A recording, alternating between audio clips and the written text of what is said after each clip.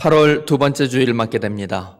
오늘도 삼위일체 하나님께 예배드리시기 위해 주님의 몸된 교회로 또 가정과 각 처소에서 영상 매체 앞에 모인 모든 성도 여러분을 예수님의 이름으로 환영하며 축복합니다. 특별히 지난주 중에 비 피해를 입은 모든 분, 의암호 사고로 희생당하신 분들과 그 가족들을 주님께서 위로해 주실 것을 특별히 기도드리고요. 코로나19로 인해서 여전히 어려움 중에 있는 모든 분들에게도 주님의 돌보심과 또 보호하심과 치료하심이 함께 하시기를, 또 코로나19를 속히 종식시켜 주시는 은혜를 더해 주시기를 예수 그리스도의 이름으로 간절히 축원합니다. 오늘은 지난주에 이어서 이런 교회 두 번째 시간으로 서머나 교회에 대해서 살펴보며 함께 은혜를 받고자 합니다.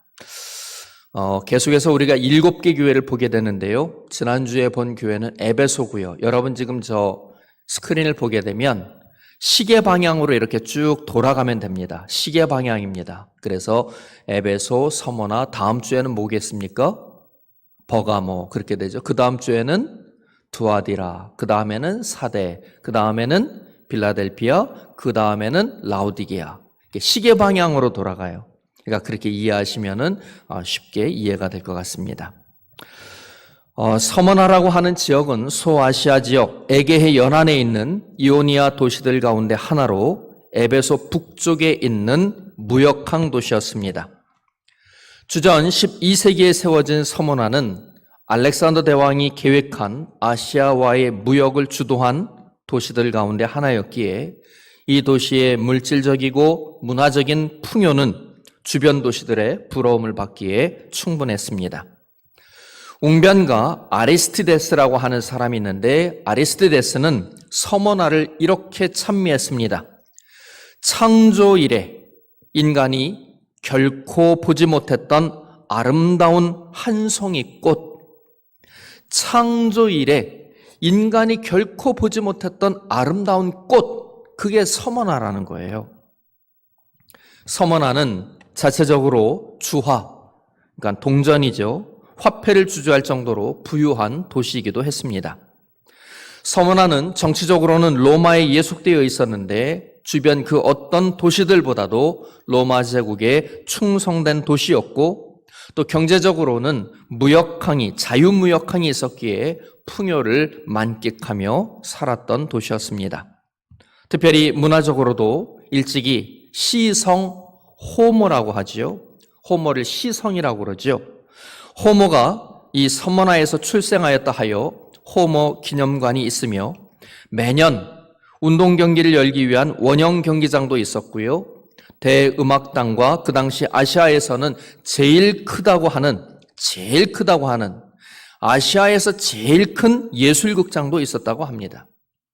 그러나 종교적으로는 로마에 충성하기 위해서 로마 제국의 황제 숭배를 공식화했고, 제우스 신전, 로마의 여신 등 우상의 신전들이 거리거리마다 즐비한 도시가 바로 서머나였던 것입니다. 그렇지만 이러한 서머나의 외적인 위용과는 달리 서머나라는 이 지명, 서머나라고 하는 이 도시 이름의 뜻은 놀랍게도 몰락이었다는 거예요. 망한다는 얘기죠. 쫄딱 망한다는 얘기죠. 이렇게 세상적으로는 번성하고 번창한 도시였지만 영적으로 볼 때 실상은 몰락을 향해 치닫고 있는 도시였기에 하나님은 그 도시에, 그러한 서머나에 주님의 몸된 교회를 세우신 것입니다. 그렇게 세워진 것이 바로 서머나 교회였습니다. 서머나 교회와 성도들은 로마 제국에 의해서 황제 숭배를 강요받았습니다. 서머나 도시 자체가 황제 숭배를 아예 그 도시의 종교 정책으로 삼고 있었기 때문에 교회가 황제 숭배를 강요당하는 것은 당연한 일이었을 것입니다. 그런데 문제는 뭐냐면, 이를 거절할 경우에는 재산을 압류당하고 일자리와 일터를 빼앗겼습니다. 결국 서머나 교회와 성도들은 점차적으로 물질적인 가난에 처할 수밖에 없었던 것입니다. 뿐만 아니라 본래 서머나에는 유대인 집단 거주지가 있었는데 서머나 최초의 교인들, 서머나 교회 최초의 그리스도인들이 누구였냐면 이 유대인 집단 거주지에서 나온 유대교에서 개종한 회심자들이었던 겁니다. 그렇다 보니 서머나에 있는 유대교 유대인들이 서머나 교회의 성도들을 그대로 그냥 두고만 받겠냐는 얘기입니다. 같은 유대인이지만 같은 디아스포라 유대인이었지만 자기는 아직 유대교에 남아있는데 저 사람은 예수라는 사람을 믿는다고 회당을 떠나서 지금 교회로 가 있는 거예요. 유대교 유대인들의 서머나 교회와 성도들에 대한 회방은 집요했습니다. 이렇게 서머나 교회는 로마 제국의 정치적 핍박과 유대교 유대인들의 회방으로 인해 궁핍과 환란을 겪게 되었던 것입니다. 그런데요, 상황이 이럼에도 불구하고 서머나 교회는 주님으로부터 칭찬을 받은 교회였습니다. 소아시아 지역의 7교회들 가운데 주님으로부터 책망 없이 칭찬만 받은 교회가 단 2교회가 있습니다. 그 중에 하나가 바로 오늘 소개하는 서머나 교회이고 다른 하나는 나중에 살펴볼 6번째에 해당하는 교회인 빌라델피아 교회입니다. 저는 오늘 이 설교 말씀을 기도하는 가운데 준비하면서 이러한 바람이 있었습니다. 오늘 주님 앞에 모여 예배하는 우리 모두도 서머나 교회와 그 성도들처럼 그렇게 주님에게 칭찬받는 교회, 주님이 자랑할 수 있는 그런 성도들이 되었으면 참 좋겠다 하는 그러한 간절한 소망이 있었습니다. 그렇게 될 수 있기를 예수님의 이름으로 간절히 축원합니다. 서머나 교회가 주님으로부터 받은 칭찬은 이런 겁니다. 환난과 궁핍이라는 어려움에도 불구하고 믿음을 굳게 지켰다라는 것이었습니다. 이 칭찬의 내용이 성경 본문에 이렇게 기록되어 있습니다. 요한계시록 2장 9절을 보면 내가 내 환난과 궁핍을 알거니와 실상은 내가 부요한 자니라. 자칭 유대인이라 하는 자들의 비방도 알거니와 실상은 유대인이 아니요 사탄의 회당이라. 주님의 이러한 말씀을 통해 알 수 있는 서머나 교회와 성도들이 겪었던 고난은 다음과 같은 것이었습니다. 서머나 교회 성도들을 괴롭혔던 첫 번째 문제는 바로 유대교 유대인들의 집요한 회방이었습니다. 성경 본문에 사용된 환난이라고 하는 이 말의 의미는 헬라 원어적인 의미를 찾아보게 되면 집요한 회방으로 인해서 나타나는 현상인데 이 환난이라고 하는 말이 갖고 있는 뜻은 뭐냐면 큰 압력으로 작용한다는 얘기예요. 큰 압력. 그런데 이 압력으로 작용된다는 말의 뜻이 뭐냐면 큰 돌에 깔려서 고통을 당하다가 서서히 눌려 죽는 상황. 그거를 표현하는 게 오늘 성경 본문에 사용된 환난이라는 얘기입니다. 아마 우리식으로 또 조금 바꿔보면 이렇게도 말할 수 있을 것 같아요. 내가 가만히 있나 봐. 내가 너 피를 말려 죽일 거야. 이런 얘기 하는 사람들 있죠. 세상에 보면. 이게 회방이에요. 이게 회방. 여러분 얼마나 무서운 얘기예요. 피를 말려 죽인다니. 예? 이게 압력이에요. 이게 압력을 가하는 거예요. 눌려 죽이겠다는 얘기입니다. 눌려서 죽게 만들겠다는 얘기입니다. 오늘 성경 본문에 이 환난이라고 하는 용어를 사용하여 예수 그리스도를 구세주로 고백하고 예수님을 믿는 믿음으로 살려 하였던 서머나 교회와 그 성도들이 유대교 유대인들에게 받은 핍박, 그게 무엇인지를 우리는 성경 본문에서 읽어낼 수가 있다는 것입니다. 큰 돌에 깔려서 압사하는 상황, 그게 바로 서머나 교회의 성도들, 서머나 교회가 처한 상황이었던 것입니다. 서머나 교회 성도들은 유대교 유대인들로부터 집단적인 습격을 받았고요. 그리고 폭행을 당하였고요. 약탈도 당했습니다. 그런데 가만히 생각을 해보면 이런 일은 이미 사도행전을 읽어보니까 바울 사도의 경우에서도 나타나는 일이었다는 걸 알 수 있어요. 그러니까 유대교 유대인들이 예수님을 구세주로 고백하는 기독교인들을 얼마나 무섭게 박해했는지 몰라요. 바울 선교사가 선교 사역을 수행하는 과정에서 나타난 유대교 유대인들의 교묘한 회방은 이루 말로 다 표현할 수 없을 정도였는데요. 사도 바울은 그들로부터 집단적인 습격과 폭행과 약탈을 당하였던 것입니다. 똑같죠? 서문화 교회 교인들하고 똑같은 거예요. 사도행전 13장 44절로부터 45절을 보게 되면 이렇게 기록되어 있습니다. 그 다음 안식일에는 온 시민이 거의 다 하나님의 말씀을 듣고자 하여 모이니 유대인들이 그 무리를 보고 시기가 가득하여 바울이 말한 것을 반박하고 비방하거늘. 예수 믿는 사람들이 말하는 게 다 틀렸다는 겁니다. 비방하는 겁니다. 사도행전 14장 1절로부터 2절에 보면 이에 이고니온에서 두 사도가 함께 유대인의 회당에 들어가 말하니 유대와 헬라의 허다한 무리가 믿더라. 그러나 순종하지 아니하는 유대인들이 이방인들의 마음을 선동하여 형제들에게 악감을 품게 하거늘. 하나님의 말씀을 전하였는데 그게 시기가 나가지고 사람들의 마음을 교묘하게 움직여가지고 예수 믿는 사람들에게 악감을 품게 한다는 거예요. 악한 감정을 품게 했다는 겁니다.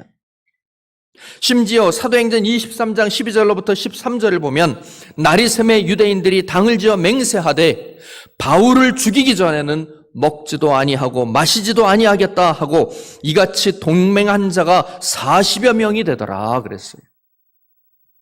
이제는 미워하다 못해 거짓말을 보태가지고 교묘하게 비방하다 못해 마음을 갖다가 어지럽혀가지고 서로 악감을 품게 하다 못해 이제는 유대교 유대인들이 예수님을 구세주로 고백하고 복음을 전하는 바울 사도를 죽이기 전에는 먹지도 않고 마시지도 않겠다고 결의를 하고 동맹한 자가 40여 명이나 됐다는 얘기예요. 이게 말이나 되는 얘기입니까? 또한 바울의 개인적인 고백을 통해서도 이러한 사실을 확인해 볼 수가 있는데 고린도후서 11장 24절로부터 26절을 보면 유대인들에게 40에서 하나 감한 매를 5번 맞았다. 유대인들에게 매를 맞는 거예요. 예수 전한다고. 3번 태장으로 맞고 1번 돌로 맞고 유대인들에게요. 3번 파산하고 일주야를 깊은 바다에서 지냈으며 여러 번 여행하면서 강의 위험과 강도의 위험과 동족의 위험과 유대인들이 바울을 위협하는 거예요. 왜요? 예수님 믿는다고. 이방인의 위험과 신의 위험과 광야의 위험과 바다의 위험과 거짓 형제 중의 위험을 당하였다. 그렇게 수레하고 있는 것을 볼 수 있습니다.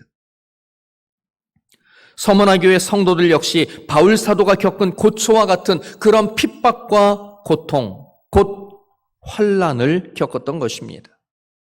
그러나 그럼에도 불구하고 서문화 교회와 성도들은 이러한 환난에서도 결코 그들의 믿음을 포기하지 않았던 것입니다. 우리에게도 이런 믿음이 있을 수 있기를 주님의 이름으로 간절히 축원합니다. 서문화 교회 성도들에게 고통을 가져온 두 번째 문제는 로마 제국의 황제 숭배를 거절함으로 당하게 된 경제적 불이익이었습니다. 성경 본문은 이 내용을 궁핍이라는 말로 표현하고 있는데 이 궁핍은 실질적인 가난함, 극한의 결핍 상태를 말하고 있는 것입니다. 일반적으로 우리가 가난, 좀 어렵다라고 말할 때는요, 사실 두 가지로 나눠볼 수가 있습니다. 하나는 상대적인 가난인 겁니다. 내가 누구보다는 조금 갖고 있는 게 부족해. 내가 누구보다는 좀 못 살아. 내가 누구보다는 많이 부족하지 라고 말을 하는 비교가 되는 거죠. 상대적인 가난함이에요. 그런데 다른 하나는 그게 아닌 절대적인 가난함입니다. 절대적인 빈곤입니다. 오늘 성경 본문에 사용된 궁핍이라고 하는 이 말은 첫 번째가 아닌 두 번째, 절대적인 가난, 곧 극한의 결핍 상태를 말하는 것입니다. 서문화 교회 성도들은요, 황제 숭배를 거절하였기 때문에 그들이 가지고 있는 모든 재산을 압류당하고 일자리에서 쫓겨나고 그들이 하는 일을 로마 당국이 아주 구체적으로 조직적으로 회방을 해가지고 일을 다 잃어버리고 말았어요. 그러니까 서문화 교인들이 먹고 살기 위해서 생계를 위해서 할 수 있는 일이 무엇이었을까요? 날품팔이를 할 수밖에 없었다는 겁니다. 날품팔이. 생계를 위해서 날품팔이를 하지 않으면 안 되는 그런 빈궁과 아예 가진 것이라고는 전무한 빈궁보다 더 핍절한 상태가 서문화 교회 성도들의 상태였다는 것입니다. 손에 쥔 것 하나 없이 매 끼니를 걱정할 수밖에 없는 가난을 겪어야만 했던 것입니다. 그런데 이러한 고통스러운 극한의 궁핍이 무엇 때문이었다고요? 믿음 때문이었다는 거예요. 예수님을 믿는 믿음 때문이었다는 겁니다. 황제 숭배를 못 이기는 척하고 신용만 하고 따르기만 했어도 이런 고통을 받지는 않았을 것입니다. 그런데 서문화 교회 성도들은 그렇게 하지 않았다는 거예요. 이렇게 서문화 교회는 유대교 유대인들에게 종교적 회방과 폭행과 약탈을 당하였고 로마 제국으로부터는 황제 숭배에 불응한다는 이유로 경제적 불이익을 당하며 투옥과 인권 유린 그리고 순교를 감수할 수밖에 없었던 것입니다. 교회만 다니지 않으면, 예수님만 부인하면 다시 편안한 생활을 할 수 있고 물질적인 궁핍에서도 벗어날 수 있었지만 서문화 교회의 성도들은 결코 그렇게 하지 않았다는 것입니다. 예수님을 부인하지 않았을 뿐 아니라 그들의 믿음도 부정하지 않았습니다. 그들은 자신들이 교인이라는 사실을 부끄러워하거나 감추려 하지 않았습니다. 서문화 교회와 성도들은 오직 하나님의 위로와 도우심만을 의지하며 궁핍과 환난 중에서도 흔들림 없는 믿음 생활의 모범을 보여주었던 것입니다. 그래서 우리 주님은 이러한 서문화 교회와 서문화 교회의 성도들의 환난과 궁핍에 대해서 뭐라고 말씀하시냐면은 내가 다 안다. 내가 다 봤다. 내가 다 들었다. 내가 너희들이 어떤 마음으로 믿음 생활하는지, 너희 교회가 어떤 교회고 너희 교회의 성도들이 어떤 성도인지 내가 다 알고 있어 라고 답을 하셨던 것입니다. 그리고 서문화 교회와 성도들이 비록 물질적으로 세상적으로는 궁핍과 회방에 처한 삶을 살고 있지만 영적으로 볼 때에는 주님이 보시기에는 진짜 부유한 자들은 바로 너희야.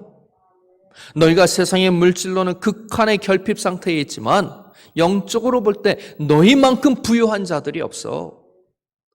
유대교 유대인들이 너희를 회방하고 너희를 핍박하면서 너희는 가짜라고 너희의 정체성을, 너희의 존재를 부정하고 부인하지만 내가 보기에 그들은 사단의 회당들이고 진짜 유대인은, 진짜 하나님의 백성은 바로 너희들이야 라고 말씀하셨던 것입니다.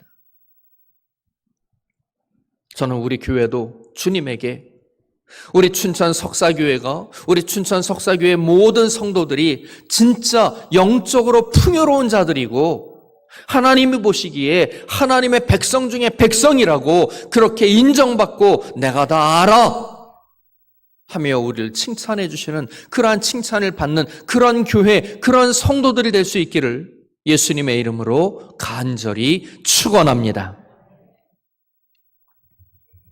여러분, 숯 아시죠? 숯. 그리고 다이아몬드도 아시죠? 다이아몬드. 저는 다이아몬드라고 하는 것을 소유해 본 적은 없지만 보기는 했습니다. 만져도 봤습니다. 숯덩어리하고 다이아몬드하고 아무 상관이 없잖아요. 그렇죠?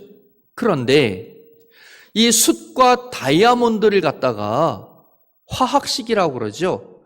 이 숯이 무엇으로 만들어졌느냐, 다이아몬드가 무엇으로 만들어졌느냐 하는 것을 갖다가 표시를 하는 화학식을 보면 이 두 개에는 공통점이 있어요.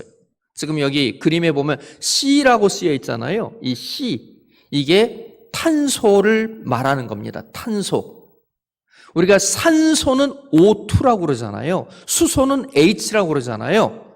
탄소가 C예요. 그러니까 숯도 탄소로 된 것이고 다이아몬드도 탄소로 된 거예요. 자, 근데 희한하지요? 둘 다 탄소로 만들어진 건데 왜 하나는 숯이고 왜 하나는 다이아몬드냐라는 것입니다. 숯과 다이아몬드가 같은 성분이지만 이 두 물질이 보이는 차이가 이렇게 엄청난 것인데 하나는 시커먼 숯, 하나는 찬란한 보석입니다. 과연 어떻게 해서 하나는 저렇게 찬란한 빛을 발하는, 영롱한 빛을 발하는 보석이 되고 하나는 그냥 숯으로 남게 되어 있는 것일까요? 그 차이는 인고와 단련의 과정에 있습니다. 인고와 단련의 과정. 숯은 어마어마한 압력을 받으며 땅속 깊은 지층에서 아주 오랜 시간을 지나게 되면 변화가 되는데요. 뭘로 변화되냐면 다이아몬드로 변화되는 거예요. 다이아몬드로. 여러분, 성도와 교회도 똑같습니다. 세상에서 환난과 시련과 역경과 고난을 겪으며 그것을 견뎌내고 이겨내면 마귀들과의 싸움에서 승리한 교회는, 또 그런 성도는 다이아몬드와 같아지는 겁니다. 그래서 이런 성도들이 들어가는 하나님의 나라, 우리는 그 천국을 보석 창고라고 부르기도 하는 것입니다. 물론 구원은 하나님의 은혜로 주어지는 것입니다. 전적인 주님의 은혜입니다. 사람의 공로로 구원을 획득하는 것이 아니지요. 그러나 그렇게 주신 은혜인 구원을 지키는 것은 다이아몬드와 같은 믿음, 다이아몬드가 될 수 있는 그런 믿음, 그 믿음으로만 가능한 일인 것입니다. 그래서 바울 사도는 빌립보서 2장 12절에서 말하기를, 그러므로 나의 사랑하는 자들아, 너희가 나 있을 때뿐 아니라 더욱 지금 나 없을 때에도 항상 복종하여 두렵고 떨림으로 너희 구원을 이루라, 너희 구원을 성취하라 라고 말씀하였던 것입니다. 주님은 서머나 교회와 그 성도들이 환난과 궁핍에도 불구하고 믿음을 굳게 지켰음을 칭찬하시며 그들에게 다음과 같은 권면과 당부 그리고 약속을 주셨습니다. 요한계시록 2장 10절로부터 11절에 보니까 이렇게 기록되어 있습니다. 너는 장차 받을 고난을 두려워하지 말라. 볼지어다 마귀가 장차 너희 가운데에서 몇 사람을 옥에 던져 시험을 받게 하리니 너희가 10일 동안 환난을 받으리라. 내가 죽도록 충성하라. 그리하면 내가 생명의 관을 내게 주리라. 귀 있는 자는 성령이 교회들에게 하시는 말씀을 들을지어다. 이기는 자는 둘째 사망의 해를 받지 아니하리라. 할렐루야, 할렐루야, 할렐루야. 이제까지 회방과 궁핍이라는 고난을 잘 견뎌왔는데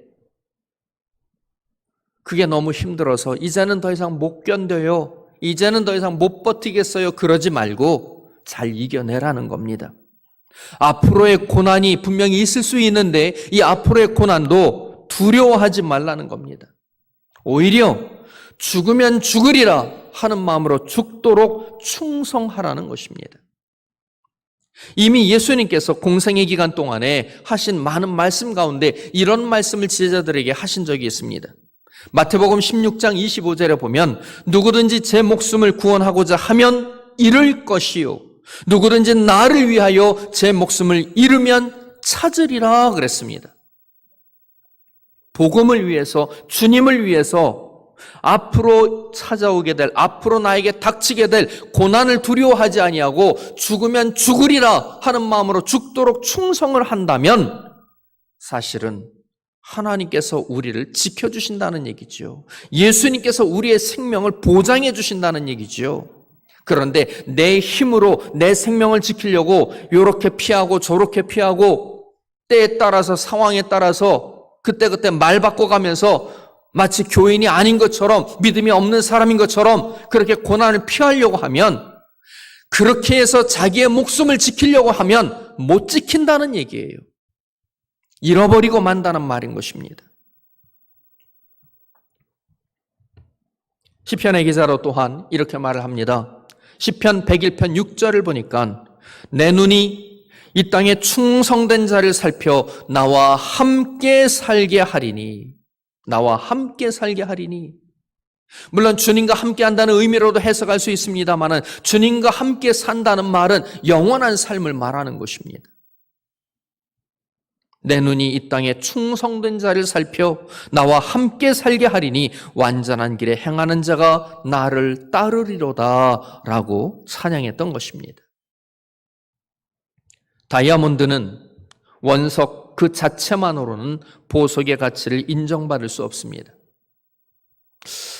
아마도 한 4년 전쯤인가 이렇게 생각이 됩니다. 제가 춘천 석사교회에 부담임 목사로 부임하던 그 해에 얼떨결에 지방에서 목사님들이 성지순례를 갔는데 제가 이렇게 따라가게 됐었어요. 그 만들어져 있던 티오 자리가 있어서. 근데 제가 거기를 갔다가 제 기억에 남는 게 이스라엘을 도는 동안에 다이아몬드 원석 광산이라는 데가 있어서 거길 가봤거든요. 그 다이아몬드 원석을 보여주는데 속으로 제가 그랬어요. 에게? 저기 다이아몬드야? 아니 뭐 저게 그렇게 비싼 다이아몬드야? 그랬는데 제가 그때 몰랐던 게 하나 있어요. 그게 뭐냐면 다이아몬드 원석이어서 그런 거예요. 원석. 이거를 깎고 다듬고 빛을 내면은 정말 이게 막 몇백만 원, 몇천만 원, 몇 억이 되는 건데 이 원석 상태로 보니까는요, 제가 좀 무식해서 그런데 줘도 저는 안 갖겠더라고요. 그러니까 다듬지 않으면 다이아몬드가 되지 못하는 거예요.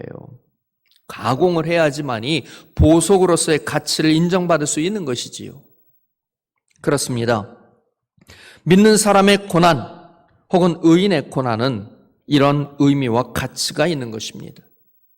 하나님은 다이아몬드 원석을 가공하는 보석 세공 장인처럼 우리를, 주님의 몸된 교회를 다루시는 것입니다. 그래서 우리는 교회 안에서 일하면서 시험을 경험하기도 하고 상처를 받기도 하고 주님의 일을 하면서 생각지 못했던 어려움을 겪기도 합니다. 그러니까 어떤 분은 이런 얘기를 해요. 목사님, 왜 나한테 일을 맡겨가지고 말이에요. 차라리 교회 일을 하지 않고 그냥 예배만 왔다 갔다 하면 시험도 안 받을 텐데. 물론 시험은 안 받겠죠. 그런데 다듬어지지가 않는 거예요. 교회 일을 하면서 시험을 안 받아야 되는데 제가 목회를 하면서 보니까요. 교회 일 한 사람 치고 시험 안 받는 사람 한 명이라도 있으면 나와봐요. 다 시험 받아요. 시험 들어요. 시험에 빠져요.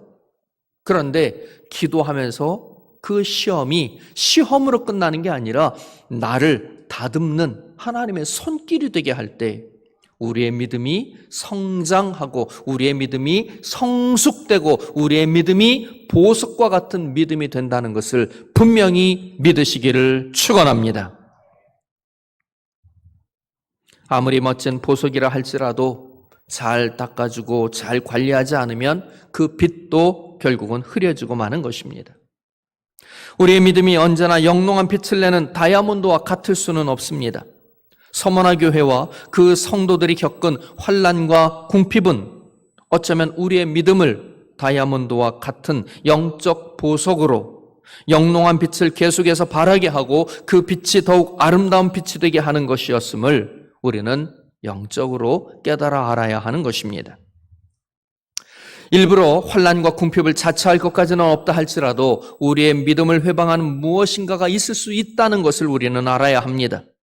그리고 우리의 신앙 고백을 무색하게 만드는 그런 환경과 조건들이 언제든지 발생할 수 있다는 것도 알아야 합니다. 정도의 차이는 있겠지만 우리는 어떠한 상황에서도 흔들림 없는 믿음, 서머나 교회와 그 교인들이 가졌던 그런 믿음을 가져야 할 줄로 믿습니다. 끝으로 12사도의 뒤를 이은 속사도 시대의 순교자의 한 사람이며 서머나 교회의 목회자였던 폴리캅의 이야기를 들려드리며 말씀을 맺고자 합니다. 폴리캅은 155년 2월 23일에 순교를 당하였습니다. 흥분한 군중들 사이에서 한 유대인이 서머나 교회의 폴리캅을 다음과 같이 고발합니다. 황제 숭배를 행하지 말라고 가르친 선생이요, 기독교의 아버지요, 우리가 섬기는 신들의 파괴자다라고 고발을 합니다. 이 고발을 들은 총독이 폴리캅에게 이렇게 말합니다. 예수를 부인하라. 황제 숭배를 하라. 그러면 너를 구원해 주리라. 만약에 그렇게 하지 아니하면 화형을 당할 것이다. 네가 둘 중에 하나를 선택해라. 예수를 부인하고 황제 숭배를 하든지 아니면 화형을 당하여 죽든지 둘 중에 하나를 선택하라는 겁니다. 그때 폴리캅이 이렇게 말했다고 합니다. 나는 86년간 그리스도를 섬겨왔습니다.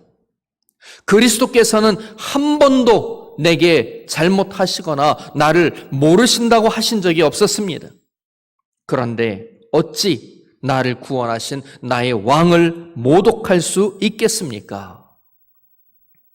이 말을 들은 이방인들은 흥분하였고 유대인들은 안식일임에도 불구하고 폴리캅을 화형 집행장으로 끌고 갔습니다.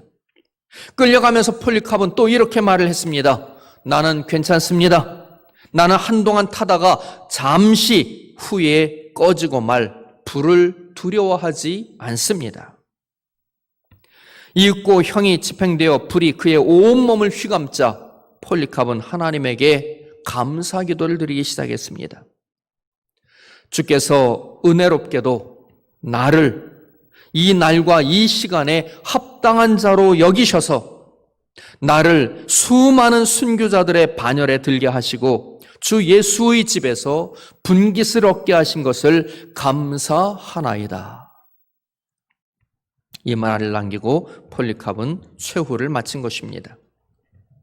우리가 살아가는 이 시대는 기독교에 대한 폴리캅이나 서머나 교인들이 겪은 것과 같은 그러한 잔인무도한 박해를 하지는 않습니다.